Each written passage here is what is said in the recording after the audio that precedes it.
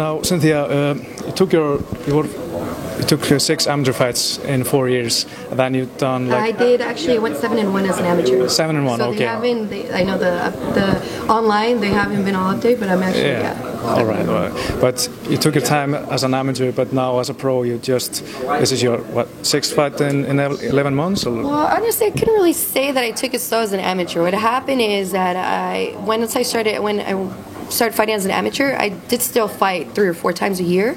What had happened in between that time is that I got injured, so I was actually out for 2.5 years before I could make my professional debut.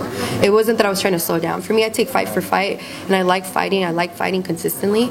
Hopefully, after this fight, I get another fight October, November.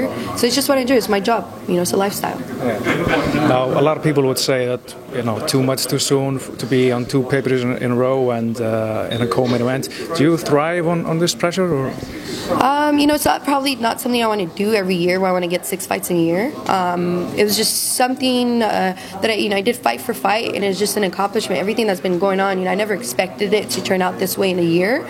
But, man, these opportunities, this is something I had to take. I might not be able to do something like that. My body not be able to, have that many fights in a year. So after this one, it is going to slow down a little bit, maybe 3 fights a year instead of 6 fights a year, because I have to be smart at the end of the day. It's just the way that the fights have been, played out, that I had no injuries, and that because who knows, might not be able to have 6 fights. But because of the way that I've been preparing myself and the way that I've come out of my fights injury-free and ready to go, I've been able to have 6 fights in a year.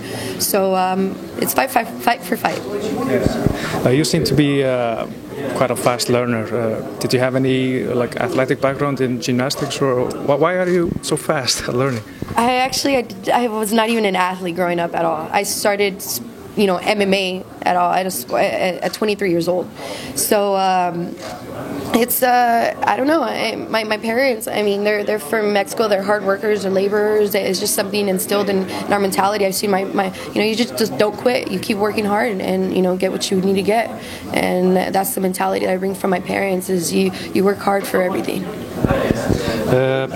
You quit your job at Cheesecake Factory. When you first started doing MMA, did you ever think that this would be your career? When I first started doing MMA, I just went into it and open-minded. I know that I wanted to fight. I didn't know how, where it would take me. But after a few months and having my first amateur fight right there and then, I knew that that's what I was supposed to do. Just I've never felt so at home, ever. Walked into that cage, had that fight, and I was like, this is who I'm supposed to be. Yeah. Has your life changed much since you made your UFC debut?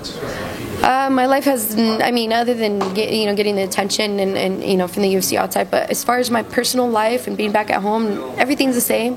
I'm still driving the same car, still live in the same spot, just me and my dog, and we go train every day. Nothing's changed at all whatsoever. So hopefully it doesn't change. Hopefully I don't end up turning into some snobby, chick or something. But it's same person, nothing's changed. Now, in the main event, we have our countryman Gunnar Nelson fighting Santiago Ponzinibbio. What's your prediction for the main event? Oh man, I'm a fan of both. It can go either way, honestly. Well, we got another, Gunnar Nelson with his grappling, and then Ponzinibbio with his striking. They're both dangerous, I think, all around. So I'm really down the middle on this one, guys.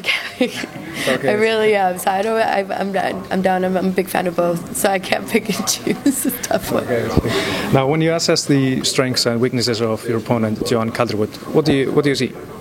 If you look at her record, you would see that her 2 losses were by submission, and I've been, winning by submission. So, you'd see that as her weakness. She's a really strong striker, but I think she's a good mixed martial artist. So, but I definitely do believe that my grappling is a lot better than hers. Now, final question: how do you see the fight play out? I think I definitely see me getting her out by the second round. TKO submission. Thank you for the time.